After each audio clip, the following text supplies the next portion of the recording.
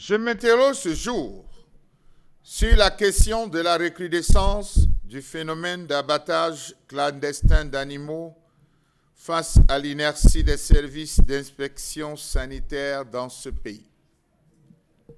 Selon les études menées par la brigade de contrôle et suivi du ministère de l'élevage, des pêches et des industries animales, 6 bêtes sur 10 abattues échappent à l'inspection sanitaire dans les principales régions du Cameroun.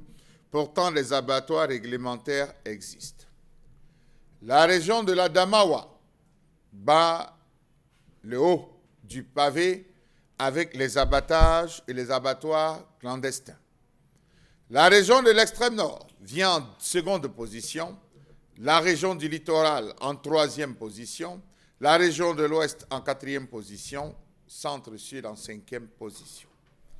Comment comprendre le non-respect de la loi partant du principe que les abattages non contrôlés des animaux sont proscrits par la loi, notamment la loi de 2000 portant réglementation de l'inspection sanitaire vétérinaire, qui stipule qu'aucune denrée alimentaire d'origine animale ou halieutique ne peut être autorisée à la consommation sans avoir subi une inspection sanitaire vétérinaire.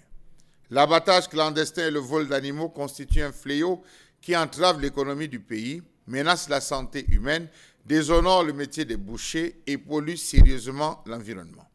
Savez-vous qu'il avait été déclaré par les éternels gouvernants de ce pays que dès le 1er janvier 2013, la viande bovine saine qui devrait être vendue dans les marchés allait désormais porter une estampille bleue, tandis que celle portant l'estampille rouge sera purement et simplement saisie puisque déclarée impropre à la consommation.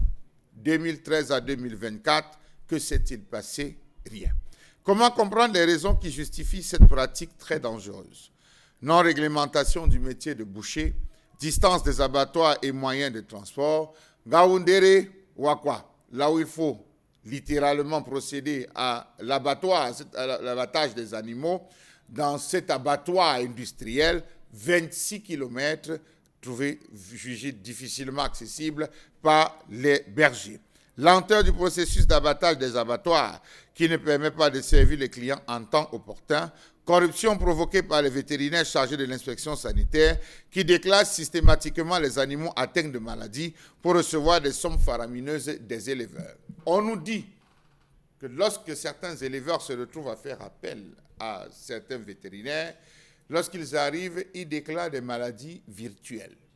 Il faut donner 10 000 francs par tête pour qu'ils puissent signer l'autorisation. Si vous avez 100 bœufs, ça fait combien de 10 000 fois 100 qu'il faudrait débourser pour qu'ils puissent valider une maladie qu'on puisse égorger, abattre tranquillement, pourtant vos animaux n'ont absolument rien.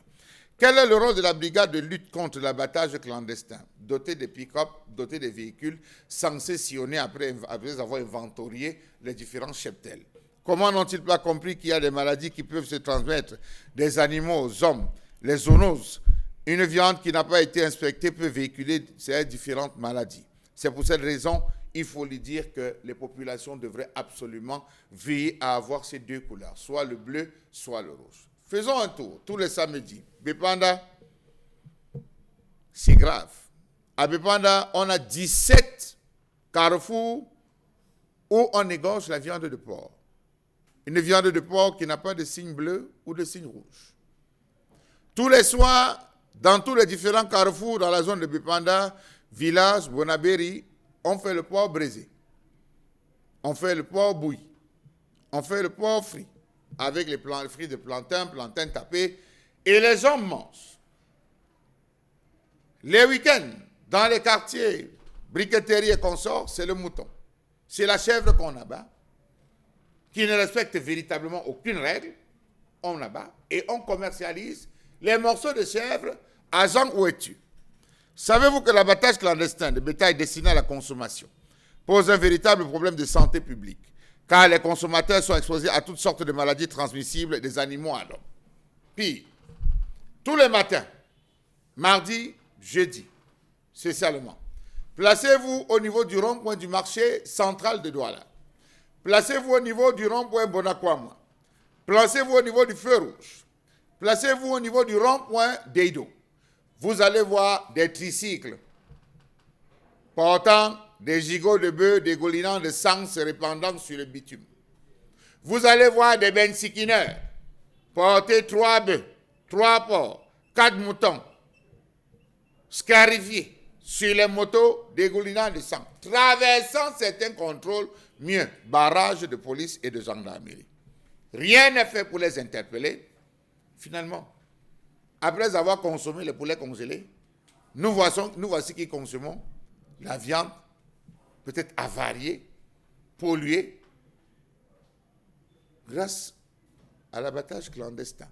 Zoonose avec, imaginons ce que nous avons comme maladie des animaux sur ce plateau pour après avoir consommé ce type de projet.